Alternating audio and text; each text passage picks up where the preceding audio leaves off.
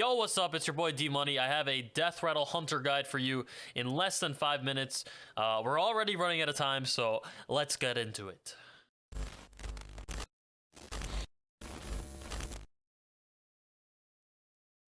Alright, so we're going to start with the general strategy here. So the reason why this deck works so well is because most of the minions are sticky. And your opponent doesn't really want to clear them most of the time because then other stuff comes out.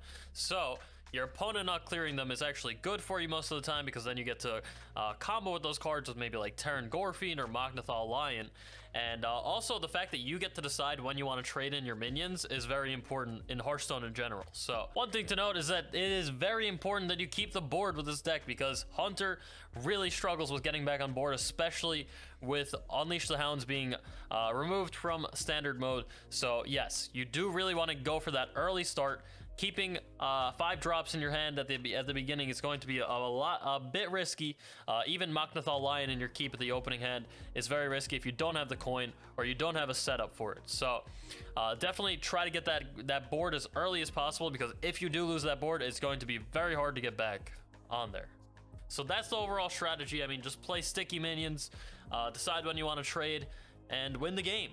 So Mulligan, the key cards that you want to look for in most matchups are probably Carrion Studies, True Aim Crescent, Nerubian Egg, basically any 3-drop except for maybe Terran Gorefiend, Death's Head Cultist against aggressive decks, of course, and also Magnathal Lion sometimes, like maybe if you have an egg and you have the coin, most likely the coin, or if you have the egg plus a 3-drop Deathrattle with studies. So a typical start that you can see with this deck that I would usually go for is Carrion Studies. Carrion Studies, the reason why it's so good is that if you have Carrion Studies plus a 3-drop, which you have a lot of 3-drops, then you get to play that 3-drop Deathrattle card on turn 2, which then if you do have the coin, then it curves into Lion really well. So usually when I see Carrion Studies with a 3-drop like Devouring Ectoplasm or Bloated Python, I will keep those two together so I get down a really good turn 2 minion, and then just keep it spiraling out of control and start just making such a big board that is really hard to deal with. There are some cards in here that are really good for certain matchups, and one of them is Death's Head Cultist, of course, for more aggressive decks like Face Hunter.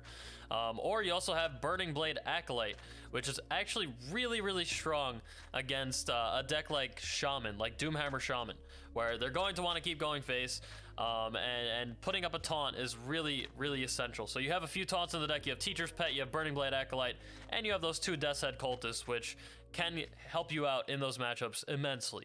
But overall, the deck is pretty straightforward. I mean, you play your Deathrattle cards, you make this really big board that's hard to deal with. It's kind of similar to Deathrattle Demon Hunter in a sense. Yeah, I mean, the deck feels really strong.